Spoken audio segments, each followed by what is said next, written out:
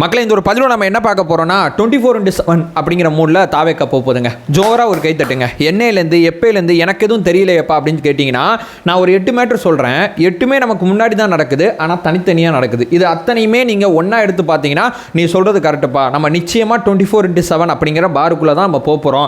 மிக முக்கியமான அரசியலில் நம்ம என்ன எதிர்பார்த்தோமோ தலைவர் விஜய் அவர்கள் அதை தொடங்கி வைக்க போகிறார். இதைத்தான் நான் எதிர்பார்த்தேன், கட்சிட்ட இதைத்தான் நான் ஆசைப்பட்டேன் அப்படிங்கிற நீங்கள் கேட்டிங்கன்னா அது அத்தனையுமே இப்போ நடக்க போகுது அப்படிங்கிறதான் அந்த வீடியோவில் சொல்ல வரேன். எப்போ நடக்க போகுது, என்ன 8 விஷயங்கள், எது எது தனித்தனியாக இருக்குது, எல்லாத்த பற்றியும் தெளிவாலமாக அந்த ஒரு பதிவில் பார்த்துடலாம். நான் மறுபடியும் இந்த வீடியோவில் பேசுறதுக்கு முன்னாடி ஒரு விஷயத்தை தெளிவுபடுத்தணும்னு நினைக்கிறேன். தாவேக்காக்கு ஆதரவாக தான் நம்ம பேசுகிறோம், ஆனால் ஒருபோதும் போய் பேசுறது கிடையாது. ஒருபோதும் நடக்காத ஒன்றை எடுத்து ஐயோ ஐயோ ஐயோன்னு பயங்கரமாலாம் எதுவும் பேசுறது கிடையாது. இது விஷயங்க, இது உண்மைங்க, இது சத்தியங்க. மீடியா அதை உங்கள்கிட்ட சொல்ல மாட்டாங்க, நம்ம கூர்ந்து கவனிச்சா அந்த விஷயங்கள் புரியுதுங்க. இதாங்க உண்மை, இதாங்க சத்தியம் சொல்லி உண்மை சத்தியத்தை அடிப்படையாக வச்சு தான் தாவேக்கா தொண்டர்கள்ட்ட நம்ம தொடர்ச்சியாக பேசிகிட்டு இருக்கோம். உங்களை ஏமாற்றணும் அப்படிங்கிற பேரில் என்னையை நானே ஏமாற்றிக்கூடாது. ஏன்னா உங்களில் ஒருத்தன் தான் நானும். தாவேக்கா சரியில்லைனா தாவேக்கா சரியில்லைனா, தாவேக்கா தப்பாயிடுச்சுன்னா தாவேக்கா தப்பாயிடுச்சு தான். அதை பூசி மொழிகி முட்டு கொடுத்து ஒரு வேலையெல்லாம் நான் பார்க்குறது என்னோட நோக்கமே கிடையாது. அந்த வகையில் நான் சத்தியமாக ஒரு விஷயத்தை சொல்கிறேன். 24/7 அப்படிங்கிற விஷயத்துக்குள்ளே தாவேக்கா போயிடுச்சு. தைரியமாக தன்னம்பிக்கையோடு அந்த பதிவை பாருங்கள். உற்சாக வணக்கங்கள். வாங்க பதிவுக்குள்ளே போகலாம். இப்போ முதல் விஷயம் மக்களே, என்னப்பா எனக்கு எதுவும் தெரியலையா 24/7 அப்படிங்கிற மாதிரி கேட்டிங்கன்னா இப்போ தெரியாது. 25ஆம் தேதிக்கு அப்புறம் பாருங்கள், மாமல்லபுரத்தில் தலைவர் தலைமையில் ஒரு மீட்டிங் ஏற்பாடு பண்ணியிருக்காங்க. டிசம்பர் 18ஆம் தேதி ஈரோட்டில் தலைவர் விஜய் அவர்கள் மீட்டிங் போட்டாங்க.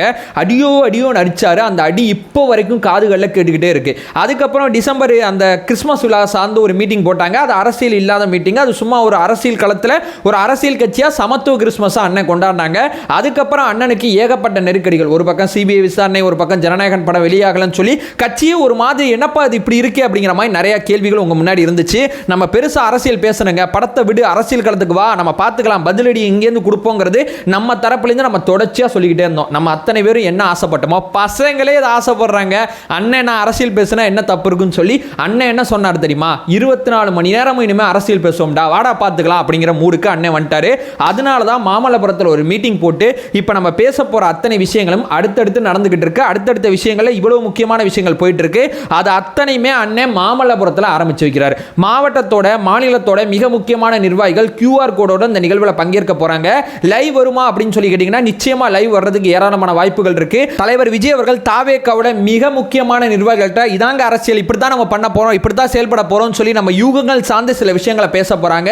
ஒரு நம்பிக்கை தன்மையை நம்ம தோழர்கள் கொடுக்கும் போது களத்தில் பம்பரமா வேலை செய்வோம். அந்த வேலையை தான் தலைவர் விஜய் அவர்கள் மாமல்லபுரத்தில் 25ஆம் தேதி பார்க்க போறாங்க.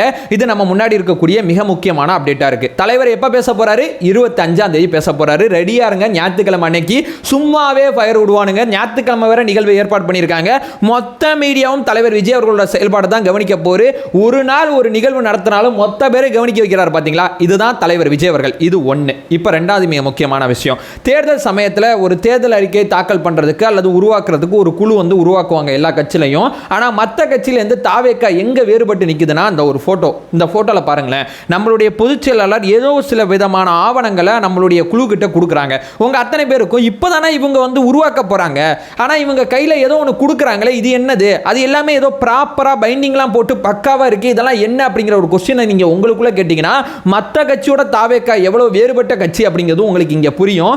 கையில என்னமா வச்சிருக்காங்க, இதுவரைக்கும் தாவேக்காவை நம்பி கொடுக்கப்பட்ட மனுக்கள், நம்மளுடைய மாவட்ட செயலாளர்கள் அத்தனை பேருக்கும் கொடுக்கப்பட்ட மனுக்கள், ஒவ்வொரு தொகுதியிலேருந்து தாவேக்கா அந்த பிரச்சனையை தீர்க்கும் பகுதி மக்கள் கட்சிக்காரங்க கொடுத்த மனுக்கள் அத்தனையும் பத்திரப்படுத்தி அதை ஒரு பைண்டிங் போட்டு அது அத்தனையுமே இவ்வளவு நம்மள்கிட்ட வந்திருக்குப்பா, இதில் தான் நம்மளால் செய்ய முடியுமா, பண்ண முடியுமா, தமிழ்நாட்டோட பட்ஜெட் அடிப்படையில் இதுக்குள்ளே ஏதாவது நம்ம செய்ய முடியுமா, மக்கள் இதெல்லாம் நம்பி நம்மள்கிட்ட கொடுத்துருக்காங்க, தேர்தல் வாக்குறுதி கொடுக்க போகிறோம், மக்களோட கோரிக்கையாக இது அனைத்துமே இருக்குது. நான் மறுபடியும் சொல்கிறேன், ஒரு நாள் மனு வாங்குகிறோம் தூக்கி போடுறோன்னு இல்லாமல் நான் இதை எதிர்பார்க்கவே இல்லை.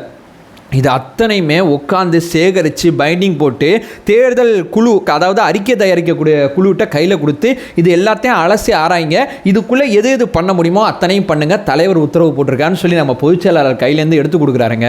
பா மிரண்டு போயிட்டேன். அதாவது மக்கள் கோரிக்கை சொல்லுங்க, கோரிக்கை சொல்லுங்க, கோரிக்கை சொல்லுங்கன்னு இனிமேலாம் போய் கேட்பாங்க. ஆனால் நம்ம தலைமை எப்படி இருக்குது தெரியுமா, கொடுத்த கோரிக்கை அத்தனையுமே வாங்கி பத்திரப்படுத்தி இப்போ நீ செய், மக்களை போய் தேடாத, மக்களை போய் நீ பயணிக்கிறதெல்லாம் அடுத்து இருக்கட்டும், அதெல்லாம் அடுத்தடுத்த விஷயங்களை செய்யுங்க, அதை அதற்கு முன்னாடி இந்த கோரிக்கைக்குள்ள என்ன பண்ண முடியும்னு பாருங்க, அதுக்கப்புறம் அடுத்து போங்கன்னு சொல்லி ஒரு பேட்டர்ல பயணிக்கிறாங்கல்ல. தேர்தல் அறிக்கை தயாரிக்கக்கூடிய குழு அது வீரியமா தன்னுடைய பணியை ஆரம்பிச்சிருச்சு அப்படிங்கிறது என்னுடைய ரெண்டாவது பாயிண்டா இருக்கு. இப்போ மூணாவது மிக முக்கியமான விஷயம், சரிப்பா தேர்தல் பணி ஆரம்பிச்சிச்சு, தலைவர் வந்து மாமல்லபுரத்தில் மீட்டிங் போட்டு மிக முக்கியமான நிர்வாகிகளை முடக்கி விட போறாங்க. ஆனா கிளைக்கழகம் வரைக்கும் வேலை பார்த்தா தானே ஒரு கட்சியில் எல்லாமே ஆக்டிவேட்டா இருக்கும். கிளைக்கழகத்திட்ட போகணும்ல, கீழே இருக்கக்கூடிய பூத் கமிட்டியை வந்து பெருசா பேசணும், அந்த பசங்களுக்கு நம்பிக்கை ஏற்படுத்தணும், அங்க இருக்கக்கூடிய தாய்மார்கள் பெண்மணிகள் உட்பட அத்தனை பேரையும் பூஸ்டப் பண்ணல. அதற்கு ஒரு டீம் என்ன பண்றாங்கன்னா 26ஆம் தேதியிலிருந்து தமிழ்நாட்டில் அடுத்த 10 நாட்கள் ஒரு நாளைக்கு 4 மாவட்டத்தை பயணிச்சு கட்சியோட மிக முக்கியமான நிர்வாகிகள் அத்தனை பேர் இருக்கக்கூடிய இடத்துக்கு நம்மளுடைய தலைமை கழக நிர்வாகிகள் ஒரு 10 பேர் கொண்ட குழு போட்டார்ல, தேர்தல் பிரச்சாரங்களை ஒருங்கிணைக்க, அது மட்டும் இல்லாம தேர்தல் பிரச்சாரங்களை உருவாக்க ஒரு குழு போட்டார்ல, அந்த குழு தமிழ்நாடு முழுக்க பயணிக்க போகுது. தலைவர் பயணிக்கிறது தானே பிரச்சனை இருக்கு, குழு பயணிக்கிற எந்த பிரச்சனை இல்லை. நீ போப்பா, நீ போய் அதாவது அந்த மாமல்லபுரம் மீட்டிங்ல எல்லாராலையும் பங்கேற்க முடியாது. அப்ப பங்கேற்காத மிக முக்கியமான நிர்வாகிகள் இருப்பாங்கல்ல, 3 லட்சம் பேர் இருக்காங்க தாவேக்கல நிர்வாகிகள். அப்ப 3 லட்சம் பேருக்கு ஒரு நம்பிக்கை ஏற்படுத்தினா அந்த 3 லட்சம் பேர் லட்சக்கணக்கான வாக்காளர்களை போய் கன்வின்ஸ் பண்ண முடியும். அந்த 3 லட்சம் பேரை நீங்க போய் பாருங்கன்னு சொல்லி ஒரு 10 பேர் கொண்ட குழுவை ஏற்பாடு பண்ணி அவங்க ஒரு நாளைக்கு 4 மாவட்டம் சொல்லி பம்பரமா தன்னுடைய பணியை ஆரம்பிக்க போறாங்க.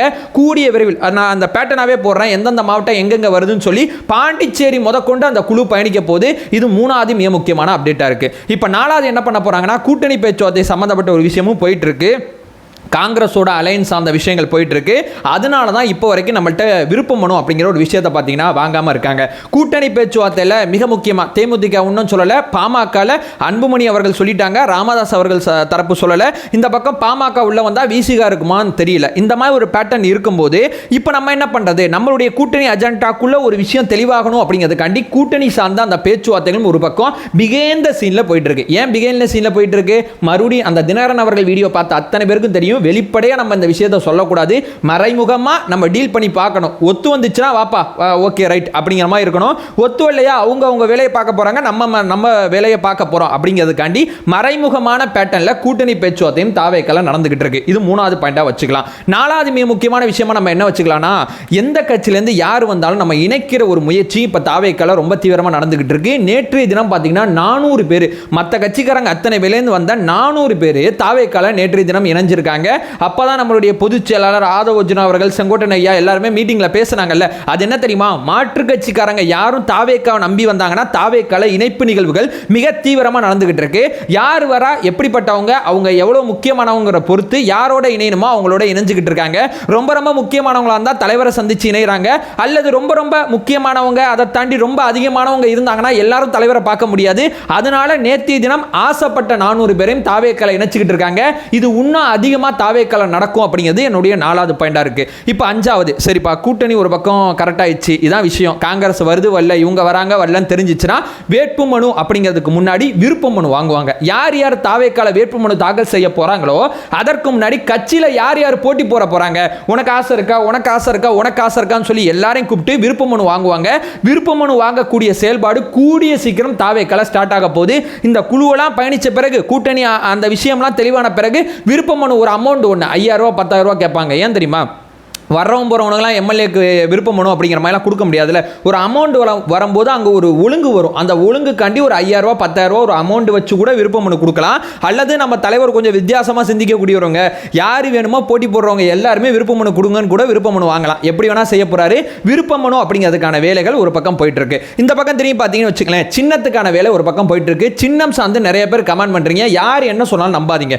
மே மாதம் 10ஆம் தேதியோட இந்த கவர்மெண்ட் முடிய போகுது, சரிங்களா. நம்ம 234 தொகுதியிலே நிக்க போறோம். அதாவது 5% இருக்கக்கூடிய இடத்துல 5% இடத்தை தாண்டி ஒரு கட்சி நின்னாவே பொது சின்னத்துக்கு நம்ம விண்ணப்பிக்கலாம். ஆனா விண்ணப்பத்தை 6 மாசம் முன்னாடியே கொடுக்கணும். நம்ம என்னவா பண்ணோம், மே மாசம் 10ஆம் தேதி இது முடியுதா, அப்ப 6 மாசம் முன்னாடி என்ன பண்ணணும், டிசம்பர் 10ஆம் தேதி நம்ம சேனல்ல ஆல்ரெடி வீடியோ இருக்கு, நம்ம தேர்தல் ஆணையத்தை அணுகிட்டோம்.